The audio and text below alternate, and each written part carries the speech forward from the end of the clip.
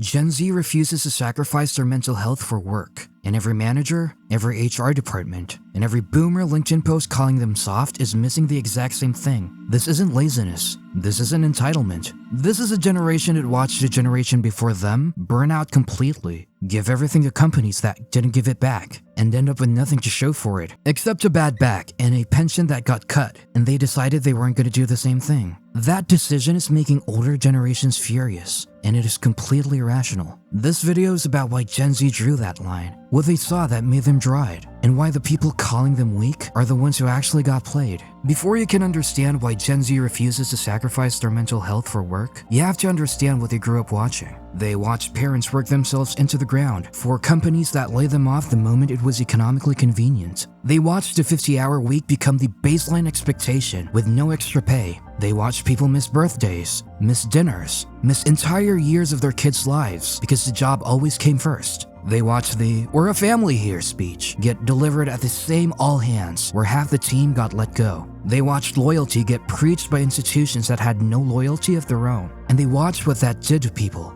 The stress, the health problems, the anxiety that became so normalized it stopped having a name. The identity so completely wrapped up in a job title that when the job disappeared, there was nothing left underneath it. The marriages that didn't survive. The relationships that got deprioritized for years until they quietly stopped existing. Gen Z saw all of that up close, not as a distant news story, in their own houses, at their own dinner tables. And they made a decision before they ever entered the workforce. They were not going to do that. Here's what people who call Gen Z soft never look at: the actual numbers. Burnout is not a Gen Z invention. The American Institute of Stress estimates that workplace stress costs American employers over $300 billion a year in lost productivity, absenteeism, and healthcare costs. The World Health Organization classifies burnout as an occupational phenomenon, not a personal weakness. An occupational phenomenon caused by chronic workplace stress that has not been successfully managed. 77% of workers have experienced burnout at their current job, according to a Deloitte survey. 91% say that unmanageable stress and frustration impacts the quality of their work. These are not Gen Z numbers. These are workforce-wide numbers. This problem was already everywhere before Gen Z arrived. What Gen Z did differently is refuse to pretend it wasn't happening. The generations before them absorbed the burnout, called it dedication, and kept going. Gen Z looked at the same system and said, "Why are we accepting this as normal?" That is not weakness. That is the first sane response to an insane situation that anyone has had in decades. And here's what makes Gen Z's position even more reasonable. They didn't just inherit a mentally unhealthy work culture. They walked into it during one of the most economically unstable periods in modern history. They graduated into a job market devastated by a pandemic.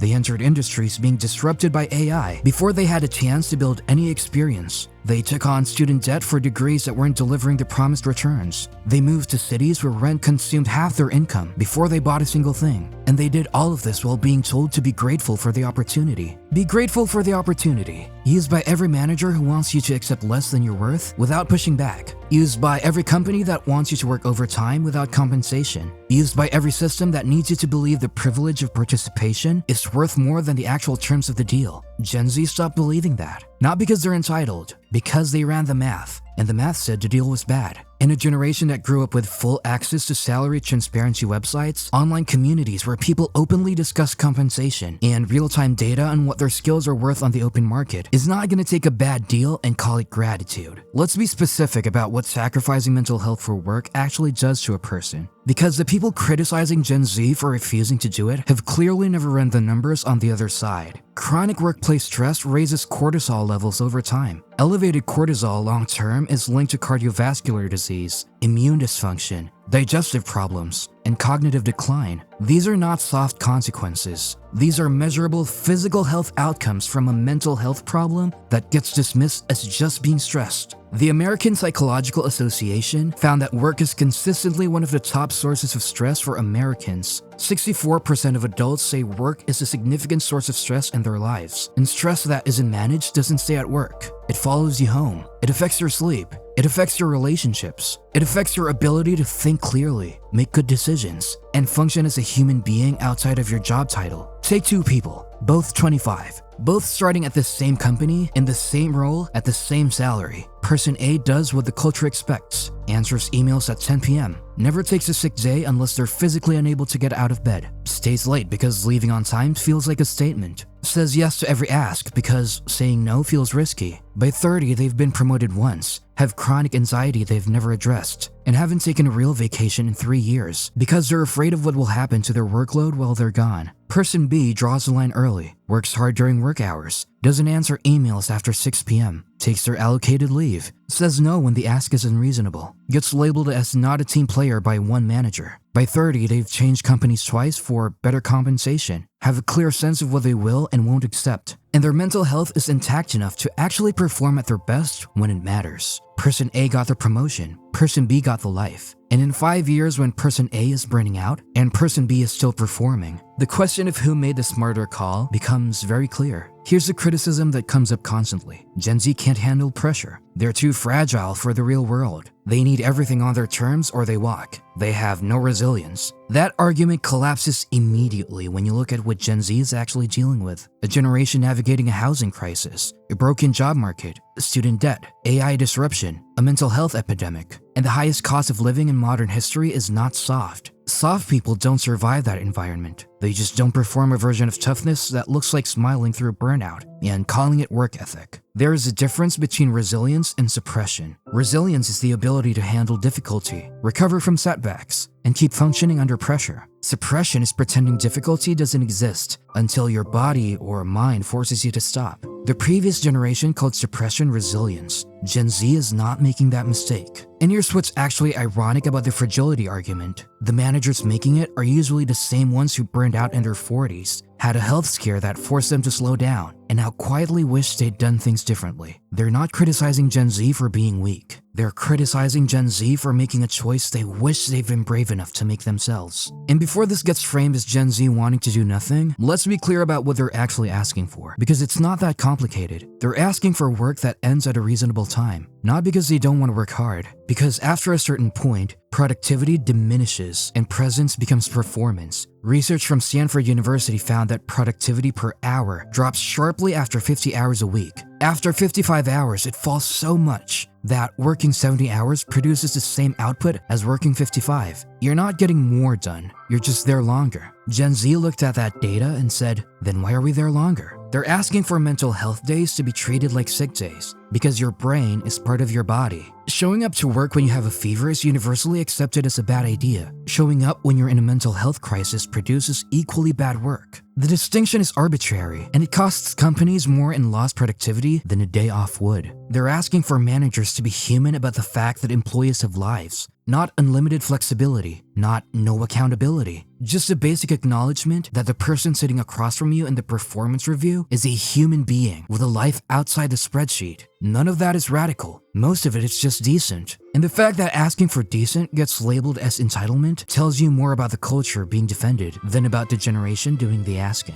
Here's something the critics of Gen Z never acknowledge. The companies that actually took mental health seriously didn't get less productive, they got more productive. Microsoft Japan ran a 4-day workweek trial in 2019. Productivity went up 40%, not down, up 40%. Perpetual Guardian in New Zealand ran the same experiment and saw productivity rise 20%, alongside a 45% reduction in stress levels among employees. Multiple studies across multiple industries have shown the same pattern. When you treat employees like humans with limits, rather than resources to be maximized, they perform better for longer. The companies that are winning the talent war right now are not the ones with the most demanding cultures. They're the ones with the clearest boundaries, the most genuine flexibility, and the cultures where people can actually disconnect when they're not working. Because those are the places where people stay, where they don't burn out and leave, taking all their institutional knowledge with them. Where they actually bring their best work because they have the mental space to produce it. Gen Z isn't just demanding better conditions for themselves. They're accidentally pointing at the conditions under which everyone performs better. And the companies smart enough to listen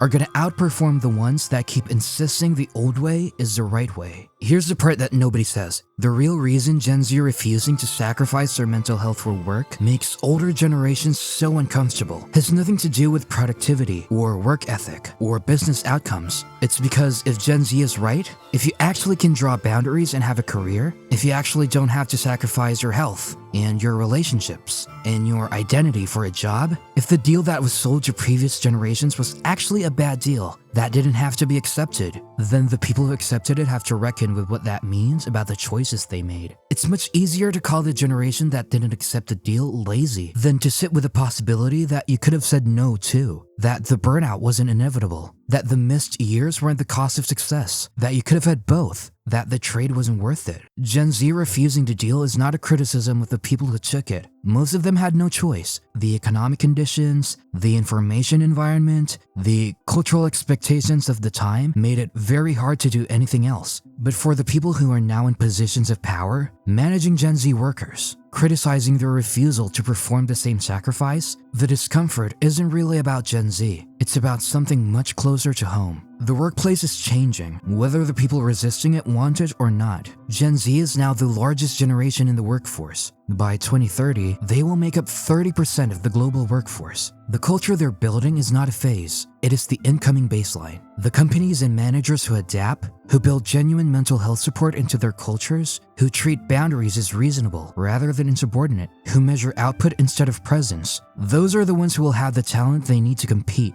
The ones who don't will lose their best people to the ones who do, and Gen Z will keep refusing, not out of protest, not to make a point, just because they looked at the alternative and decided it wasn't worth it, because they ran the math and the math didn't work, because they watched what happens to people who say yes to everything the job asks, and they decided that outcome wasn't what they were working toward. That's not soft. That's the clearest-eyed reading of the situation anyone in the workforce has had in a generation.